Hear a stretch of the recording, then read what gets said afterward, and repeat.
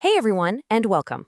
Today, we are diving deep into something that's, well, absolutely critical for any aspiring helicopter pilot, and that's acing the meteorology exam for your instrument rating. Let's get right into it. This question right here, it really gets to the core of it all. This isn't just about getting from point A to point B. It's about truly mastering the elements, relying completely on your skills and your instruments when your eyes can't see a thing. And that mastery? It all starts with conquering the instrument rating, or IR. It's a tough challenge for sure, but it is an incredibly rewarding leap forward in any pilot's career. So, what exactly is an instrument reading? Well, it's the ticket that lets you fly in what we call instrument meteorological conditions. Think thick clouds, dense fog, heavy rain, situations where you have zero visual reference outside the cockpit. This certification means you are flying that aircraft entirely by reference to your instruments. It's a total game changer for what you can do as a pilot. And this brings us to the most important point. For any pilot, but I mean especially for us helicopter pilots, a deep understanding of weather isn't just some academic exercise. It is the razor-thin line between a safe, routine flight and a full-blown emergency. Knowing your meteorology is, simply put, non-negotiable. Okay, so how do you prove you have that life-saving knowledge? You've got to pass the exam. So let's break down exactly what you're going to be up against. The exam you're staring down is the Instrument Rating for Helicopters, the IRH, Meteorology Exam. It is laser-focused on one thing, your understanding of weather phenomena and how they directly impact instrument flight. Now, just take a look at the sheer scope of this thing. This is what I'm talking about. We're not just discussing a few different types of clouds here. You got 215 questions just on wind. That's critical stuff for helicopter ops. Then another 208 on the atmosphere, 176 on how to read and interpret meteorological information. The entire question bank covers 10 different topics with over 1,200 questions. Yeah, this is not a test you can just cram for the night before. It demands a really deep, solid knowledge base. So, feeling brave? Let's get a real taste of what this exam feels like. I'm going to throw 3 real questions from the test bank at you. Let's see how you do. All right, question 1. This is about a really serious flight hazard. A microburst is this intense, localized column of sinking air that creates brutal wind shear right near the ground. So the question is, what's the approximate maximum diameter of that affected area? Is it A, 50 kilometers, B, 4 kilometers, C, 400 meters, or D, 20 kilometers? Go ahead, lock in your answer. And the correct answer is B, 4 kilometers. Now, this is so important to know because while 4 kilometers might not sound huge, the violent wind shear and downdrafts inside that area can be powerful enough to overpower an aircraft's performance, especially when you're taking off or coming in for a landing. Okay, next question. This one requires you to decode a MEDAR, which is just a standard coded weather report for pilots. I'll read it out.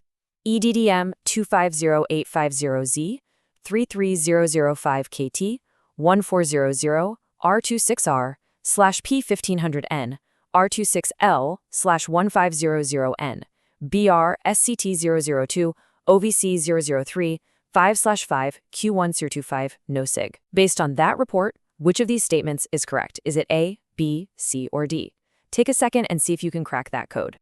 The answer you're looking for is C. Visibility is reduced by water droplets. The whole key to this question is the little code BR, which stands for mist.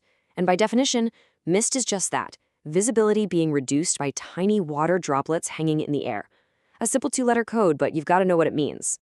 All right, for our last question, let's head to the tropics. The ITCZ, or the Intertropical Convergence Zone, is this belt of low pressure around the equator where winds come together, and it often creates massive thunderstorms. So the question is, where would you find a typical freezing level within that ITCZ? Is it A, 15,000 feet, B, 7,000 feet, C, 25,000 feet, or D, 3,000 feet? And the correct answer is A, 15,000 feet. All that intense heat at the equator forces warm, moist air way up high, pushing the freezing level much higher than you'd find it anywhere else. It's a fundamental piece of global weather you have to know. So how'd you do? Hey, if those questions felt a little tough, don't sweat it. That is completely normal. The key isn't knowing everything right now. It's about having the right tool to get you prepared. And that is exactly what we're going to talk about next. This is where having a dedicated prep tool becomes your absolute best friend, your co-pilot for studying. EasyQuizzing.com has built a platform specifically to help you master all the material for the IRH Meteorology exam. And this number right here, this tells you everything. Their question bank has over 1,200 questions covering all 10 of those topics we just looked at. And these aren't just random questions. They're designed to mirror what you're actually going to see on the test, and they're constantly updating the database. What I love is that the whole platform is built for the way people actually need to study.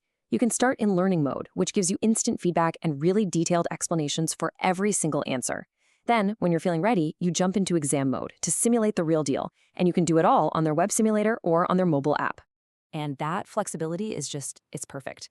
The app works on both Android and iOS, and get this, it has a full offline mode. So you can be studying on a flight, in the subway, wherever, with no internet. Plus, your progress syncs between your phone and your computer. You can literally practice whenever and wherever you want. So we've gone over the challenge, and we've talked about the tool to beat it. But let's talk about the reward. I mean, why go through all this in the first place? What's the big payoff? Look, earning your instrument rating opens up a whole new universe of professional flying. You are no longer grounded on cloudy days. This immediately qualifies you for more demanding, more exciting, and more rewarding jobs. Think about critical roles like emergency medical services, search and rescue, or flying for a big corporation. All of those require pilots who can fly when the weather isn't perfect. And you know what comes with those advanced skills? Better pay. While the average salary for a helicopter pilot is already pretty good, at around $77,000 a year, pilots who have their instrument rating are way more competitive for those top-tier jobs that can push your salary well over that $100,000 mark. So the path is right there in front of you. The exam is tough, no doubt about it, but it's totally beatable with the right preparation. The career that's waiting for you on the other side is challenging, but it is so incredibly rewarding.